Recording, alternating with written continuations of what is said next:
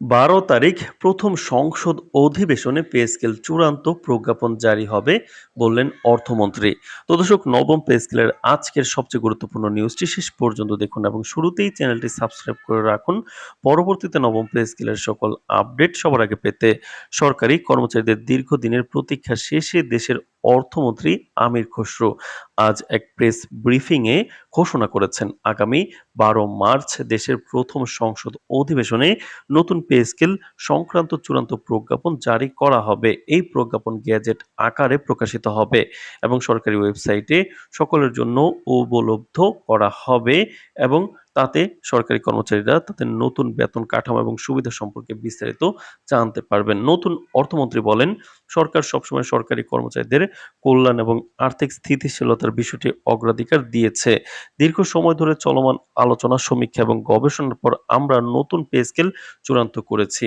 আশা করি এটি সরকারি কর্মচারীদের আয় বৃদ্ধি এবং সামাজিক নিরাপত্তা নিশ্চিত করতে গুরুত্বপূর্ণ ভূমিকা রাখবে।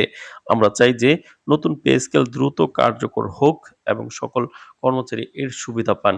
তিনি আরো জানান, প্রজ্ঞাপন প্রকাশের সঙ্গে সঙ্গে সরকারি ওয়েবসাইটে বিস্তারিত তথ্য দেওয়া হবে, যাতে সকল সরকারি কর্মকর্তারা সহজেই নতুন বেতন কাঠামো এবং অন্যান্য সুবিধা সম্পর্কে অবগত হতে পারেন। এটি শুধুমাত্র বেতন বৃদ্ধির বিষয় নয়, বরং সরকারি চাকরিজীবীদের জন্য দীর্ঘমেয়াদী আর্থিক সুরক্ষা নিশ্চিত করবে।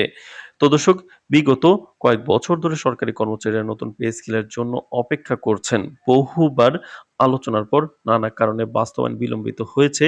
সরকারি সূত্রে জানা গেছে, বর্তমান পে স্কেলটি দেশের আর্থিক পরিস্থিতি, বাজেট এবং কর্মচারী কল্যাণ নীতিমালার সঙ্গে সম্পূর্ণ সামঞ্জস্য রেখে পরিকল্পনা করা হয়েছে।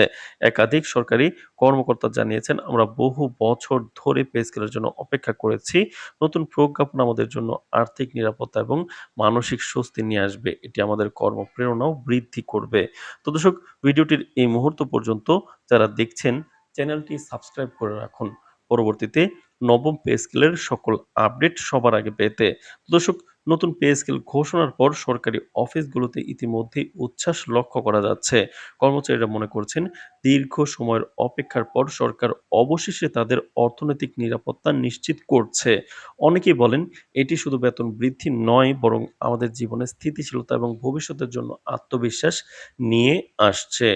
অর্থনীতিবিদ এবং সরকারি খাত বিশেষজ্ঞরা বলছেন, নতুন পে স্কেল দেশের সরকারি খাতের কর্মসংস্থান ব্যবস্থায় স্বচ্ছতা এবং সমতা নিশ্চিত করবে। নতুন বেতন কাঠামোর ফলে সরকারি কর্মচারীদের ক্রয় ক্ষমতা বৃদ্ধি পাবে, যা অভ্যন্তরীণ বাজারে ইতিবাচক প্রভাব ফেলবে। এছাড়াও এটি সরকারি চাকরিজীবীদের মধ্যে মনোবল বৃদ্ধি করবে এবং দীর্ঘমেয়াদে সক্ষমতা ও উৎপাদনশীলতা বাড়াবে।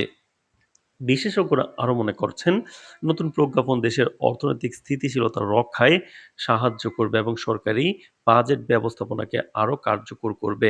সরকারি কর্মকর্তা ও অর্থ মন্ত্রণালয় এই পরিবর্তনের ফলে সরকারি খাতে আরো স্বচ্ছতা এবং কর্মচারীদের প্রতি ন্যায্যতা নিশ্চিত করতে সক্ষম হবে। তো দর্শক, ১২ মার্চ সংসদ অধিবেশনে প্রজ্ঞাপন জারি হওয়ার পর সরকারি কর্মচারীরা নতুন পে স্কেলের অধীনে বেতন পাবেন। এতে শুধুমাত্র সরকারি চাকরিজীবীদের আর্থিক নিরাপত্তাই বৃদ্ধি পাবে না, বরং দেশের সরকারি চাকরিজীবী সমাজের দীর্ঘমেয়াদী স্থিতিশীলতাও নিশ্চিত করবে। সরকারি কর্মকর্তারা আশা করছেন, নতুন প্রজ্ঞাপন বাস্তবায়নের মাধ্যমে সরকারি খাতে কর্মচারীদের আস্থা বৃদ্ধি পাবে। কর্মচারীরা আরো উৎসাহী হয়ে সরকারি কাজের মান উন্নয়নে গুরুত্বপূর্ণ ভূমিকা রাখবে। তো দর্শক, ভিডিওটি এই মুহূর্ত পর্যন্ত যারা দেখছেন, চ্যানেলটি সাবস্ক্রাইব করে রাখুন পরবর্তীতে নবম পে স্কেলের সকল আপডেট সবার আগে পেতে। তো দর্শক, ১২ মার্চের কথা বলছিলাম। এভাবে ১২ মার্চের প্রথম সংসদ অধিবেশনে পে স্কেল সংক্রান্ত চূড়ান্ত প্রজ্ঞাপন জারি হওয়া কিন্তু সরকারি চাকরিজীবীদের জন্য এক নতুন অধ্যায়ের সূচনা করবে। এটি শুধুমাত্র আর্থিক উন্নয়ন নয়, বরং সরকারি চাকরিজীবীদের প্রতি সরকারের সমান দৃষ্টি ও দীর্ঘমেয়াদী প্রতিশ্রুতি প্রতিফলন হিসেবে ইতিহাসের রেকর্ড থাকবে। তো দর্শক, ভিডিওটির এই মুহূর্ত পর্যন্ত যারা দেখছেন, চ্যানেলটি সাবস্ক্রাইব করে রাখুন পরবর্তীতে নবম পে স্কেলের সকল আপডেট সবার আগে পেতে। আজ এ পর্যন্তই। ধন্যবাদ।